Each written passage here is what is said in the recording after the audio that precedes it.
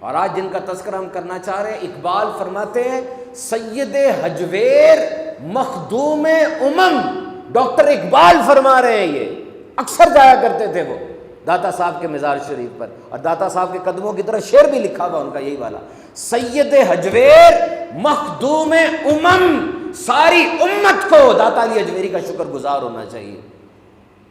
اور فرما رہے ہیں کہ پنجاب کی سرزمین پر اسلام کے اس بیج کو بونے والے داتا صاحب ہیں، اور کیسی بڑی یہ شان ہے کہ ہماری صبح کے آفتاب کو جگایا داتا صاحب نے، ان کی کتنی خدمت ہے۔ دیکھو جو بندہ درخت کا بیج بو دیتا ہے، اس درخت میں ہم بیٹھتے ہیں نا، ہمیں اس بیج بونے والے کا احسان ماننا چاہیے۔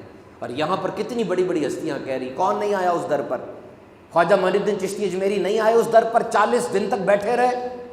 بابا فرید نہیں آتے تھے اس در پر، بار بار آتے تھے۔ کیا تھا اس در پہ جو اتنی بڑی ہستیاں حاضر ہو رہی ہیں؟ اور 40 دن کے بعد خواجہ خواجگان، سلسلہ چشتیہ کے شہنشاہ، ہند کے شہنشاہ خواجہ معین الدین اجمیری کیا فرما رہے ہیں؟ گنج بخش فیض عالم، مظہر نور خدا، ناکسارا پیر کامل، کامل آرا رہنما۔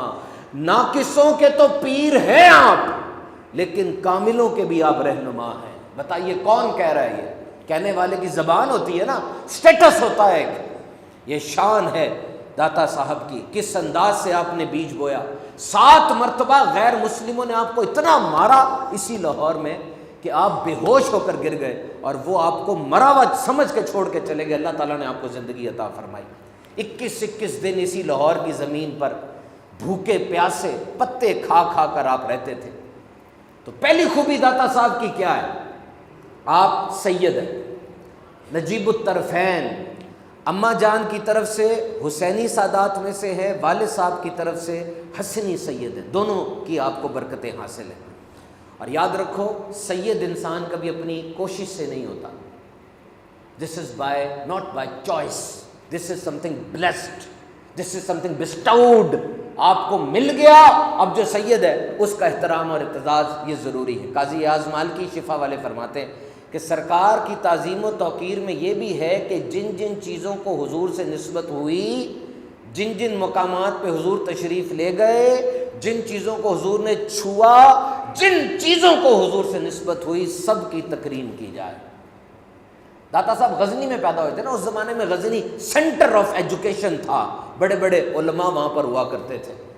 اور اسی ماحول میں جب آپ بڑے ہوئے، آپ کو بھی علم دین سیکھنے کا شوق پیدا ہوا، آپ نے بچپن میں ایک فلسفی سے مناظرہ کیا اور اس کو ہرا دیا، اور پھر شوق علم دین کے لیے آپ گھر سے نکلے۔ یاد رکھیے علم بڑی چیز ہوتی ہے۔ داتا صاحب نے پہلے علم حاصل کیا، اور علم حاصل کرنے کے بعد آپ نے وہ سیاحت کا مرحلہ اختیار کیا۔ علم ضروری کیوں ہے؟ علم ضروری اس لیے کہ یہ دنیا بڑی خطرناک ہے۔ کہا جاتا ہے یہ دنیا ایک جنگ کی کیفیت میں ہے، یہاں پر قدم قدم پر شیطان، نفس کے بہکاوے، یہاں پر آپ کو ہر جگہ گمراہ لوگ ملیں گے۔ آپ کے پاس کیا سٹینڈرڈ ہے؟ آپ کو کیسے پتہ چلے گا یہ سچا یہ جھوٹا ہے، یہ کھرا یہ کھوٹا ہے؟ اگر علم ہوگا تو پتہ چلے گا۔ آپ نے اپنی والدہ کی آغوش کے اندر تربیت شروع کی، اور پھر آپ اتنا پڑھتے کہ پانی پینے کی بھی فرصت نہ ہوتی۔ سلطان محمود غزنوی کے مدرسے میں آپ پڑھتے تھے۔ ایک دفعہ سلطان محمود غزنوی کا وہاں سے گزر ہوا، سارے کے سارے سلطان کی آمد پر آگے بڑھے سلطان کو ویلکم کرنے کے لیے، آپ کونے میں بیٹھ کر پڑھتے رہے۔ ایسی تجلیات تھیں داتا علی حجویری کے چہرے پر، سلطان تاب نہیں لا سکا۔ اور سلطان محمود غزنوی جو خود بھی بڑے عاشق رسول تھے، وہ کہنے لگے ایسے بچے ہمارے مدرسے کی زینت ہوتے ہیں۔ داتا صاحب باہر نکلے، اور پھر یہ جو قرآن میں آیا زمین پر چل کے دیکھو اے حبیب، زمین پر چل کے دیکھو ان سے پہلے لوگوں کو کیا انجام ہوا۔ سفر کیا کرے، سفر کرو صحت پاؤ گے، حج کرو غنی ہو جاؤ گے۔ واقعی بڑے بڑے لوگوں سے واسطہ ملتا ہے، جو کوئی واہ کرتا ہے، کوئی آہ کرتا ہے، کوئی سبق دے جاتا ہے، کوئی ایکسپیرینس دے جاتا ہے۔ سفر کرنے سے بہت کچھ ملتا ہے۔ داتا صاحب نے پورے نون عالم اسلام کا سفر فرمایا، آذربائیجان، تبرستان، شام، عراق، بغداد، 40 سال تک سفر کیا۔ کہتے میں کیسے بزرگ سے ملا جنہوں نے 40 سال تک اپنا پہلو رات کو زمین پر نہیں لگایا تھا، دن کے وقت تھوڑا سو جایا کرتے تھے۔ ایک ایسے بزرگ سے ملا جو 20 سال تک بیٹھے نہیں تھے، بس نماز میں جتنا بیٹھنا ہوتا تھا اتنا بیٹھتے تھے۔ ایک ان کا مشرب تھا، ایک ان کا ذوق تھا۔ کہتے ہیں میں ایک جگہ پر گیا، ایک شیر نے میرے اونٹ پر حملہ کیا، میرے اونٹ کو زخمی کر دیا، پھر وہ شیر چھوڑ کر اوپر چلا گیا، درندے اور آ گئے، وہی شیر اترا، اس نے اونٹ کو مار دیا، پھر اوپر چلا گیا، اور وہ باقی درندوں نے اس اونٹ کو کھا لیا۔ وہ شیر اترا، ایک لنگڑی لومڑی آئی، وہ شیر پھر ہٹ گیا، لومڑی نے اپنا حصہ لیا، اور وہ جو شیر مارنے والا تھا اس نے تھوڑا سا گوشت کھایا، اور منہ پھیر کے داتا صاحب کی طرف دیکھا اور انسانی آواز میں کلام کیا کہ دیکھو لقمے کھانا تو دوسروں کا کام ہے، جواں مرد وہ ہوتے ہیں جو دوسروں کے لیے لقمے چھوڑ دیا کرتے ہیں۔ سفر کرتے کرتے آگے سے آگے بڑھتے چلے گئے، عالم اسلام کی اتنی سیاحت آپ نے فرمائی۔ میرے محترم سامعین کرام، 40 سال کے سفر میں داتا صاحب لکھتے میری ایک بھی نماز قضا نہیں ہوئی، ایک بھی جمعہ قضا نہیں ہوا۔ What is the basic factor؟ علم دین، کشف المحجوب لکھی آپ نے، ساری کتابیں تو غزنی میں چھوڑ آئے تھے آپ اپنی ساری کتابیں غزنی میں چھوڑ آئے تھے۔ کشف المحجوب لکھتے ہوئے آپ نے جس انداز سے کشف المحجوب کو مینج کیا، ایک دیوان بھی لکھا تھا داتا صاحب نے، عربی اشعار تھے اس کے اندر، کسی نے داتا صاحب سے وہ دیوان مانگا اور اپنے نام سے چھاپ دیا، اسے کہتے ہیں پلیجرزم۔ ابھی پاکستان میں ایسا قانون نہیں آیا، ویسے دوسرے ملکوں میں خاص طور پہ یو کے میں جو پی ایچ ڈی کرتے ہیں ان کو ایک حلف نامہ لکھنا پڑتا ہے۔ حلف نامہ یہ ہوتا ہے کہ میں کسی کی کاپی نہیں کروں گا، میں نیا ایجاد کروں گا۔ جس طرح آٹومن امپائر میں، سلطنت عثمانیہ میں جو اسکول بنتے تھے نا، ان اسکولوں کے باہر ایک اسٹیٹمنٹ لکھی ہوتی تھی، ایک تحریر لکھی ہوتی تھی، Here birds are not taught to swim and fish are not taught to fly۔ یہاں پر اسکول میں پرندوں کو یہ نہیں سکھایا جاتا کہ وہ تیرے، اور مچھلی کو یہ نہیں سکھایا جاتا کہ وہ اڑے۔ ذہین ترین استاد شاگرد کی ذہانت اور قابلیت کا اندازہ لگاتے تھے، یہ اسپیس سائنس کا ماہر ہے، یہ اسٹرانومی کا ماہر ہے، اس کو بایولوجی میں دلچسپی ہے، یہ میتھمیٹکس میں اچھا ہے۔ جو بچہ جس میدان میں اچھا ہوتا تھا اس کو وہاں پر لے جایا کرتے تھے۔ داتا صاحب کی اس کتاب پہ اس نے اپنا نام لکھا اور چھاپ دیا، وہ کفر کی حالت میں مرا تھا۔ کشف المحجوب شاہکار ہے، 232 آیات، 134 احادیث ہیں اس کے اندر، 1,00,000 سے زیادہ لفظ ہیں داتا صاحب کے۔ دنیا تصوف کی عظیم ترین کتاب یہ علم ہے۔ فرمایا فقر کی دنیا میں قدم رکھتے ہو، علم کے بغیر نہیں رکھ سکتے۔ آج تم دربار شریف کے حوالے پہ اعتراض کرتے ہو، چند جاہلوں کے عمل کو تم جواز مت بناؤ۔ امام شافعی جایا کرتے تھے امام اعظم ابو حنیفہ کے دربار پر، جب آپ کو کوئی حاجت ہوتی 2 رکعت پڑھتے، حاجت کی دعا مانگتے، حاجت قبول ہو جایا کرتی تھی۔ داتا صاحب بایزید بستامی رضی اللہ تعالیٰ کے مزار پر گئے تھے۔ Don't put blame on the entire school of thought. ان بزرگان دین کی اہمیت کیا ہے؟ سب سے بڑھ کر یہ بزرگان دین علم والے تھے، علم حاصل کیا انہوں نے، علم کو پھیلایا، اور یہ ایکوزیشن تھی حضور داتا صاحب کی۔ کرامات بھی ہوتی ہیں، ایسا نہیں ہوتا کرامات نہیں ہوتی، کیوں؟ کبھی کبھار اپنی رٹ دکھانا ضروری ہو جاتا ہے۔ ایس ایچ او نا علاقے کا، ڈی ایس پی صاحب ہو علاقے کے، کوئی ان کی بات نہ مانے، وہ اپنی رٹ دکھاتے ہیں کہ دیکھو میری اہمیت ہے۔ آپ کا پروفیسر ہو، آپ کا باس ہو، آپ اس کی بات نہ مانے، دکھاتا ہے نا وہ کہ میں باس ہوں، دکھاتا ہے نا، وہ دکھاتا ہے میں باس ہوں۔ اور کبھی کبھار سامنے والے اتنے ڈھیٹ ہوتے ہیں، ان کے دل اتنے سخت اور کالے سیاہ ہوتے ہیں کہ اللہ کے ولی کو اللہ نے جو طاقت دی ہوتی ہے وہ طاقت دکھاتے ہیں، پھر اسے کرامت کہا جاتا ہے۔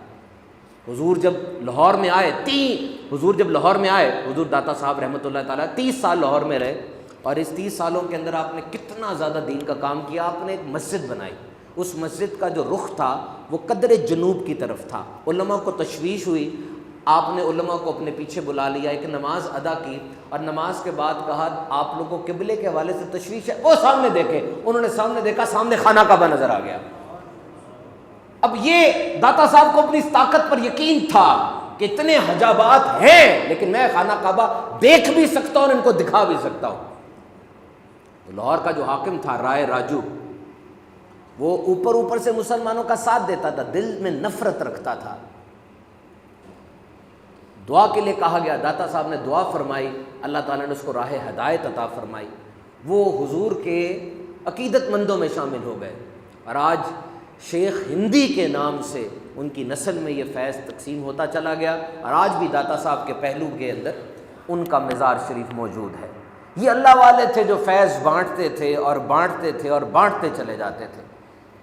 تو میرے محترم سامعین کرام، حضور داتا صاحب آپ حنفی ہیں، آپ اپنا خواب بیان فرماتے ہیں کہ میں نے خواب دیکھا جب میں حضرت بلال مؤذن رسول کے مزار شریف پر حاضر ہوا، میں نے خواب میں دیکھا کہ حضور نبی مکرم صلی اللہ علیہ وسلم کی تشریف آوری ہو رہی ہے، اور آپ کے گود میں کوئی بزرگ ہے، آپ نے اس طرح ان کو سنبھال رکھا ہے کہ ان کے قدم پاؤں بھی زمین پر لگنے نہیں دیتے۔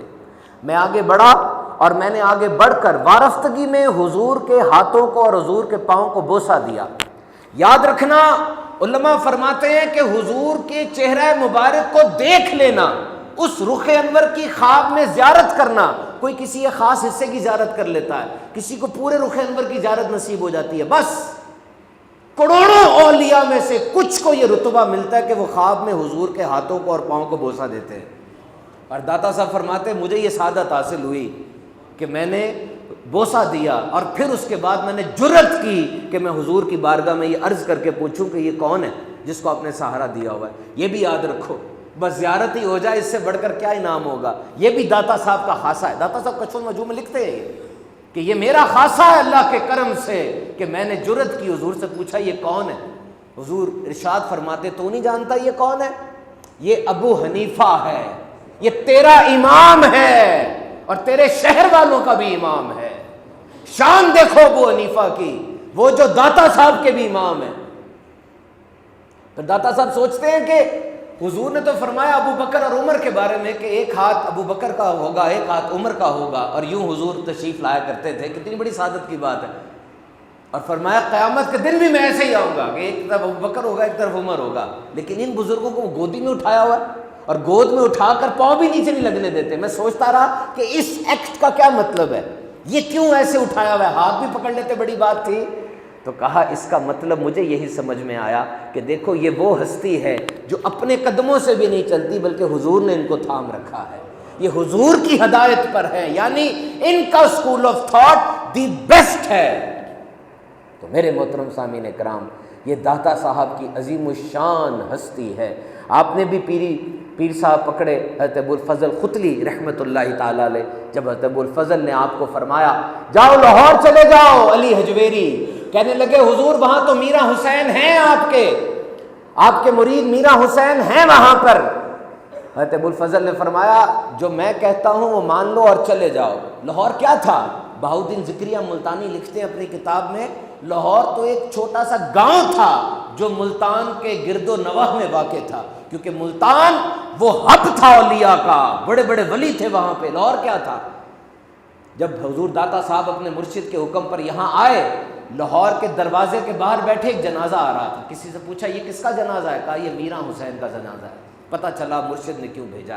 اور دیکھ لو اللہ کی خاطر دھرتی کو چھوڑا، اللہ نے دھرتی ان کے نام لگا دی۔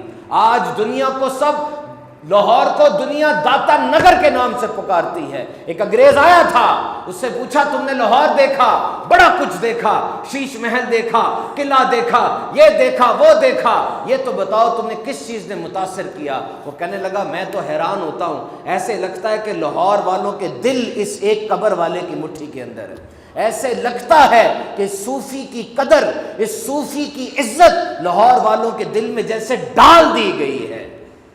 تو میرے محترم سامعین کرام، بلا شبہ جو صفات ہیں داتا صاحب کی اور کسی بھی بندے کی، وہ عطائی ہے، گیون ہے، ذاتی صرف رب تعالیٰ کی ہے۔